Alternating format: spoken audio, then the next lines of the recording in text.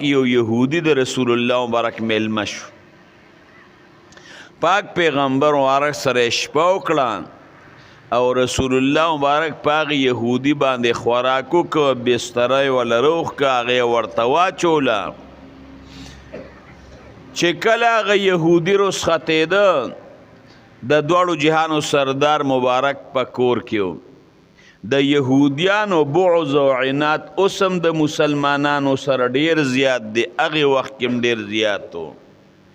نور وسې نو زمونږ د پښتنو خبره وي د خواري پیشو لا بدینو کاري، نو د هغه نور وس نو د دواړو جهانو سردار مبارک چې وله کومه بستره روخ کې و نو په هغې اودسمات یې وکړه ډک، اودسمات یې پې وکړه او لاړ رخصت شو.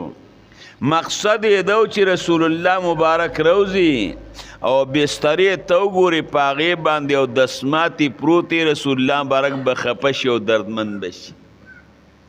یو میلمه راغی او زه پې د شپې خوراک وکړم او د شپې ځای م ورکړم او زما په بستره باندې قصدن عمدن ډک او دسماتې وکړي نو چې زما وس کېږي نو دومره به ووایم چې لادو بادو له به ووایم. رسول الله مبارک د کور په بستره او دسمات کول دا ډیره غټه خبره ده.